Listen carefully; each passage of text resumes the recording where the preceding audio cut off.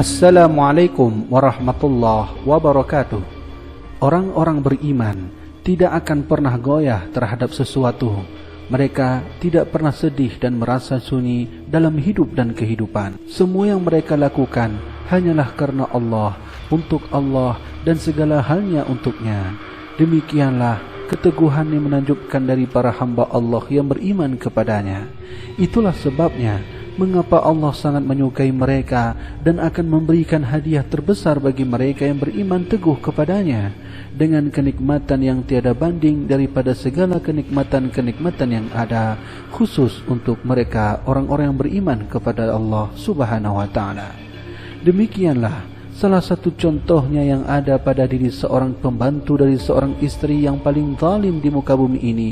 Dialah Masyitah, sang pembantu kepercayaan Fir'aun, dan Aisyah, istri dari Raja Fir'aun. Mereka adalah bukti orang-orang yang beriman dan segala orang-orang yang beriman kepada Allah.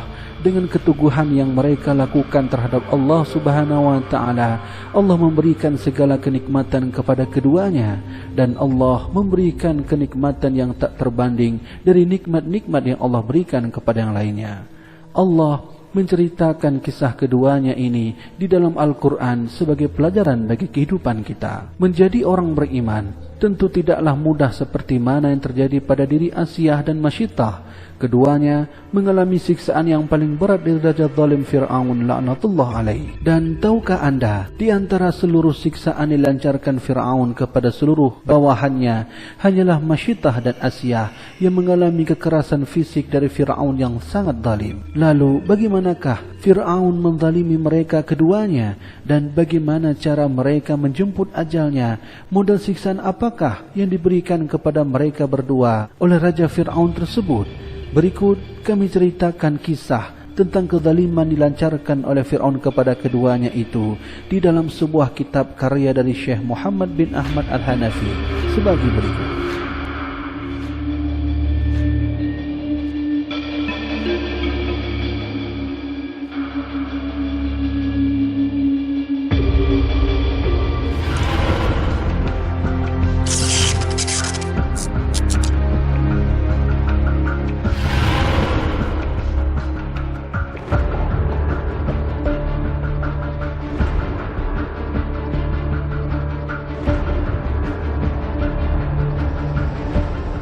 Di dalam kitab beliau bernama Bada'i'udz Zuhur fi Waqa'idz Zuhur menceritakan, Fir'aun mempunyai juru tukang rias khusus putrinya. Dia bernama Masyitah. Demi membahagiakan putrinya, Fir'aun memberikan alat-alat rias yang terbuat dari emas kepada juru riasnya itu. Suatu ketika, tatkala Masyitah sedang menyisir rambut putri Fir'aun majikannya, tiba-tiba sisir jatuh dari tangannya. Dengan spontan Masyitah berkata, "Celakalah orang yang kufur kepada Allah Subhanahu wa ta'ala."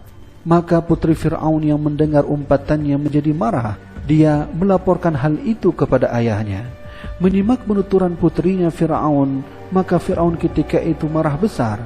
Dia menyuruh supaya Masyitah menghadapnya. Di depan Fir'aun ketika itu, Masyitah diinterogasi olehnya. "Benarkah apa yang dikatakan oleh putriku Masyitah?" tanya Fir'aun mengklarifikasi. Masyitah menjawab tenang, "Benar sekali, aku telah beriman kepada Tuhannya Musa alaihissalam." Dan ternyata pengakuan Masyitah membuahkan malapetaka berupa aniaya Fir'aun dan pengikutnya. Karenanya beberapa saat kemudian Masyitah digusur keluar halaman. Di tempat terbuka itu, kedua tangan dan kaki Masyitah dipaku dengan sangat kejam.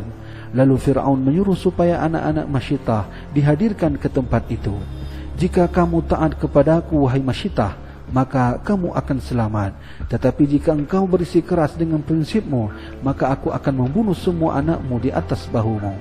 Tetapi iman Masyitah ketika itu tidaklah goyah dengan ancaman tersebut dan segala kebijakan buruk yang datang dari majikannya. Maka akhirnya Fir'aun membunuh anak-anak Masyitah dengan sadis. Melihat hal itu, Masyitah malah bersyukur dan mengucapkan, "Alhamdulillahi Rabbil Alamin." Selanjutnya, Masyitah dimasukkan ke dalam tungku besi yang sudah dipanaskan dengan api, dan dia pun meninggal seketika di dalam tungku tersebut. Begitulah seterusnya. Jika ada orang yang kelihatan beriman kepada Allah, maka dia pasti dimasukkan ke dalam tungku itu sehingga mati. pada saat penyiksaan Masyitah sampai akhirnya dia mati. Asiyah istri Fir'aun melihat para malaikat turun dari langit. Mereka menyambut kedatangannya menuju Allah dengan sukacita. Dan tak luput mereka juga memberikan fasilitas-fasilitas kenikmatan untuknya.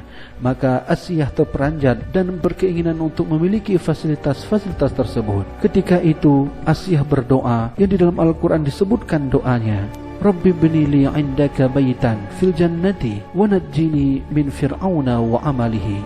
Ya Tuhanku, bangunlah untukku sebuah rumah di sisimu dalam surga, dan selamatkanlah aku dari Fir'aun dan perbuatannya. Fir'aun sendiri merasa puas dengan hukuman yang diberikannya pada Masyitah. Dia tidak menyadari bahwa Asiyah yang ada di sampingnya kelihatan murung dan sedih melihat pemandangan sadis tersebut. Asiyah kelihatan bimbang bagaikan orang kebingungan. Akhirnya dia memberanikan diri untuk berkata kepada Fir'aun, "Hai orang yang terlaknat, sampai kapanpun aku bersabar melihat kamu membunuh para kekasih Allah, sampai-sampai teganya kamu membinasakan Masyitah tanpa rasa kemanusiaan sedikit pun." Kemudian dia melanjutkan, "Hai orang yang terlaknat, sampai kapan aku sabar menyaksikan kamu memakan karunia Allah dan mengkufurinya tanpa bersyukur kepadanya? Kapan kamu akan bertaubat? Padahal sudah banyak mujizat-mujizat yang kau lihat sebagai bukti kebenaran risalah Nabi Musa alaihissalam."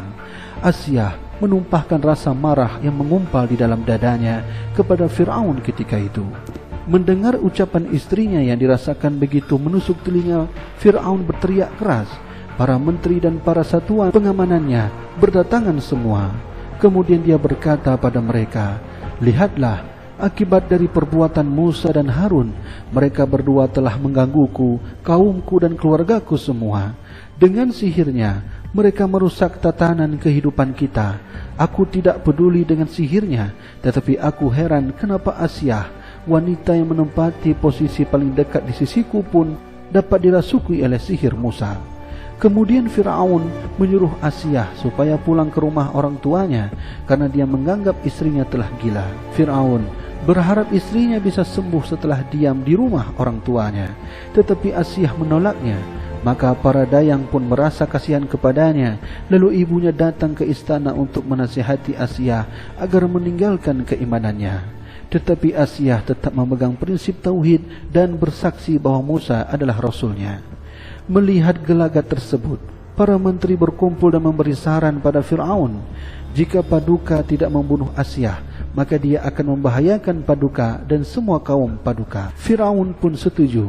Dia memerintahkan agar dibuatkan tungku besi yang sudah dipanaskan oleh api sebagai tempat penyiksaan Asiyah, seperti yang telah dilakukannya pada Masyitah. Dan seketika itu pula Malaikat Jibril turun dan memberikan kabar gembira berupa surga sebagai tempatnya Asiyah nanti.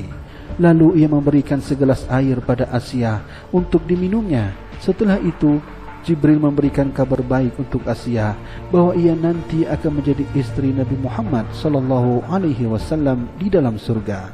Menyaksikan kenikmatan tersebut, Asiyah kemudian mati tanpa merasakan sakit. Allah telah ridha kepadanya, begitu juga Asiyah telah ikhlas kepadanya, dan demikian jugalah terhadap Masyitah.